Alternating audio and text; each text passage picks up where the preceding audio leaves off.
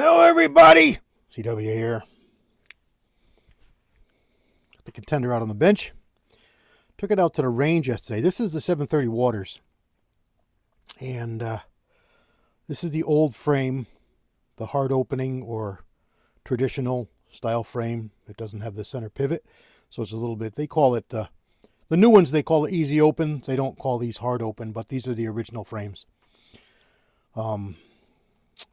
And I fired off 50 Fireforeman loads in the 6 TCU. Not a lick of problem. Everything was perfect. I switched over to this 730 Waters barrel, and I think I got about 4, maybe 6 cases fired, and I started getting misfires. Meaning drop the hammer, click, nothing happens. And here is one of the Fireforeman loads. This is a starting load with a 120 grain bullet. These are pulls, just junkers. Figured they'd be good for using a jacketed bullet for forming. I'm not so worried about headspace on these because it's head spacing off the rim, so I don't push the bullet into the rifling to get a 100% positive. I let the rim do it all. So it's not that. It's not, it's not a headspace issue. Like with the TCU, there is no rim, so you're relying on the shoulder to do your head spacing, but the shoulder is changing from 23 degrees to 40, so you could possibly have issues. So I make sure, and I seat a cast bullet long, so it's into the rifling, so it pushes that case back against the breech face to give me 100% head space, jammed in the rifling in the front and flat against the breech in the back. So when you fire it, the case expands, filling the chamber, perfect headspace. I was thinking that's why I wasn't having a problem, but I'm thinking wrong. If I was going to have a problem related to cartridge position in the chamber, it would have been with the TCUs, not with these. But here we go. Here's one of my 730s, and you can see the firing pin dent. Is it in focus? I hope so. I can't see the back.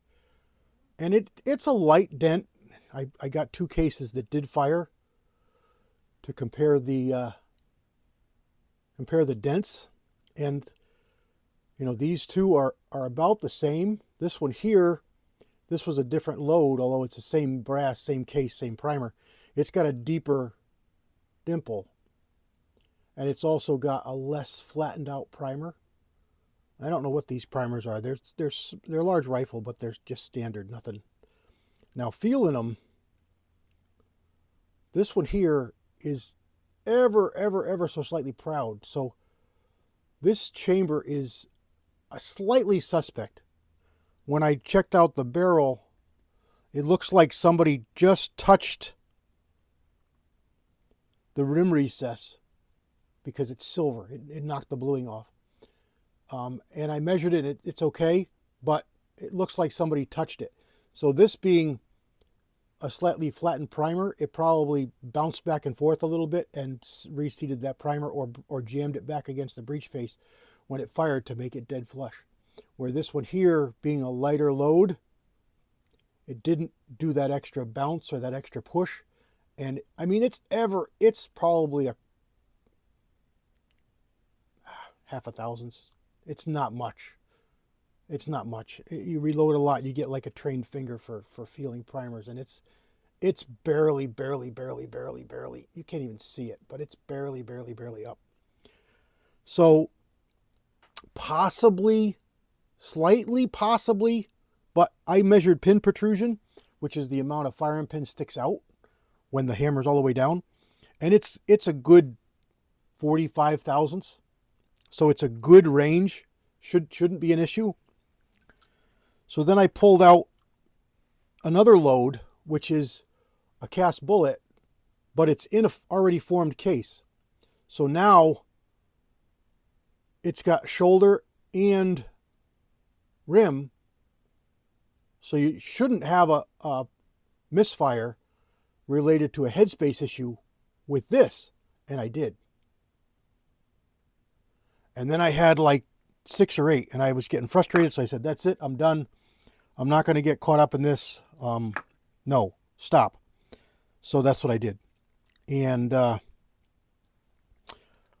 only had the TCU barrel and the 730 Waters barrel, and I didn't have any more ammunition for the TCU because I'm still in fireforming circles, so I don't have anything loaded up. I had loaded up like 15 2 trips ago, but I didn't bring that ammo because all I was going to do was fire off these 50 rounds just to get brass and be done with it. So I couldn't try another barrel to see if it was barrel related, so I kind of just had to put it away. So this morning I decided I'm going to change out this mainspring, and I didn't even attempt to do a video of it because I didn't want to have a problem with YouTube. It's not modification. It's maintenance. I mean, it's a part that needs to be changed from time to time, and it's maintenance. But I didn't want to have that battle. You got to pick your battles, and I didn't want to have a problem. There is a couple of good videos. Mike Bellum has a video, as good as it can be because of YouTube. He can't show everything, but it shows how to do it. I'll try and remember to put a link in here with this, so if you're looking to know how to do this, I'll link his video. Hopefully that's enough for you. But basically, take the barrel off the frame, take the grip off the frame, push out this front pin. Some of you have the mid pin, and then there's a screw with a spring back here. It won't attach to anything, don't worry about it. Take that out, and your whole trigger loop will drop right out. That'll give you access inside. Now there is one pin on the spring in here that works with the hammer assembly. You got to be wary of. So when you do this, do it upside down. And you're going to want to put the frame in a vise. So put it in a vise this way, upside down, like this, and clamp it in here with some good lead jaws or nylon jaws or something so you don't mar your frame. And then you're going to take the pin out for the hammer, but leave the push pin, boy, I'm having a mental block. The pin that you use to drive the pin out, leave that in there. I'm going to throw in some pictures here. Wow, this factory spring was light and small compared to the new one. Take a look at these pictures.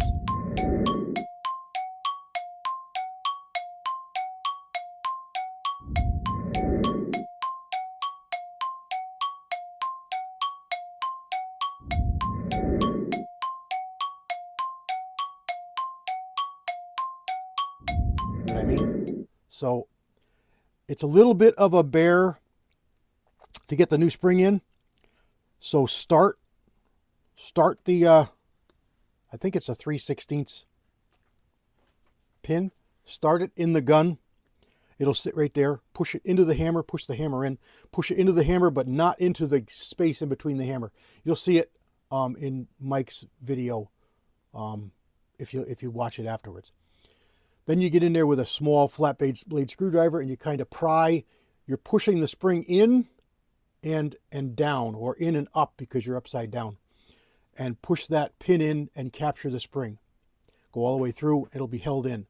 And then go in with your pin that holds the thing together and tap the pin in, pushing the pin for the gun, push that in, tapping out the tool, and you'll be done.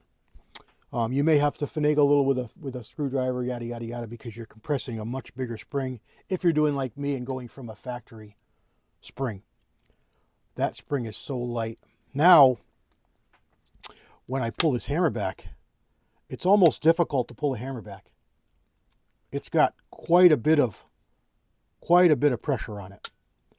While I was in there, I stoned a little bit of my contact surfaces, but because there's so much more pressure on it, this is center fire, so I can snap it. I've got just a little bit of creep, tiny bit, right there, tink, and then bang. Because it's got more pressure, everything is harder working, where before it would slide by because it was so light. So hopefully that fixes it. I am 99% sure it's going to. We're not going to have any more issues. But I'm going to run back out today and check this and check the other one. Another issue, this is a newer scope that I picked up. 1.5 to 4. This is the one that I spoke with the guy who had it. It's got a little spot in the lens. He said it's been there forever, never bothered him. Not an issue. And the scope's been perfect for him. I think he fibbed to me. Because when I was sighting this in yesterday, it was about 2 inches low. And I went to move the adjustment and it was topped out. Topped out as high as it would go. And it was still 2 inches low. I thought the scope was bound, so I give it a little bit more, you know, as much as I dared push on it, and it wouldn't go. So I screwed it down to make it lower, and it was very hard to move. And then it got free, and then I was able to move it back and forth just like it should. I backed it out again. As far as it would go, it came to a dead stop.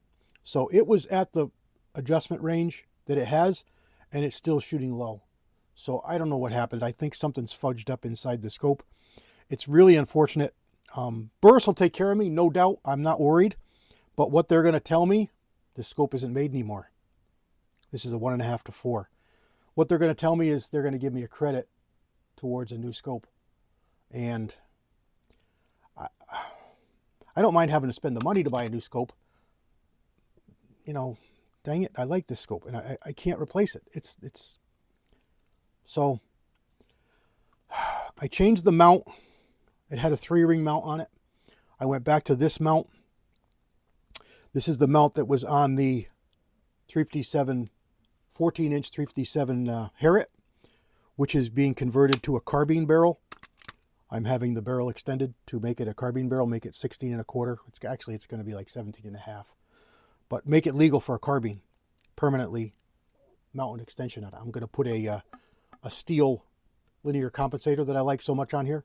So it'll look a little bulbous, but it'll be legal. It'll be welded and pinned, and I can put it on the carbine. So I can have a 357 Harriet for the Contender carbine. And I'll leave the 10-inch Harriet as a pistol barrel. But this scope, that's where the mount came. So I'm hoping that maybe that mount was a little funky doing something. I don't know. We'll try it again. I got a feeling it's all in the scope. So I'll have to send the scope back. Not a big deal, but a little bit of a downer. A little bit, you know, I mean, I probably would have bought it anyway, but I would have adjusted the price, you know. I paid fair, but top dollar for the scope, and it's broke. So there we go. Just a quick video. Again, I'll link the Bellum video in the description. Hopefully that'll answer your questions, and if you're looking to this to see how to change that spring. Told you how to do it. Unfortunately, I can't show you. I'm sorry. YouTube regulations. I don't want to risk any kind of problems. I've been doing good, and I'm monetized now, and I don't want to risk things. So I'm trying to be good, do what I'm supposed to, getting videos approved before they're posted and all that good stuff, and I don't want to have a problem. So there we go. Quick video, all fixed. I hope. We'll find out.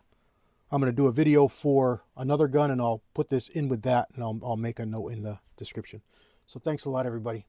God bless. CW out.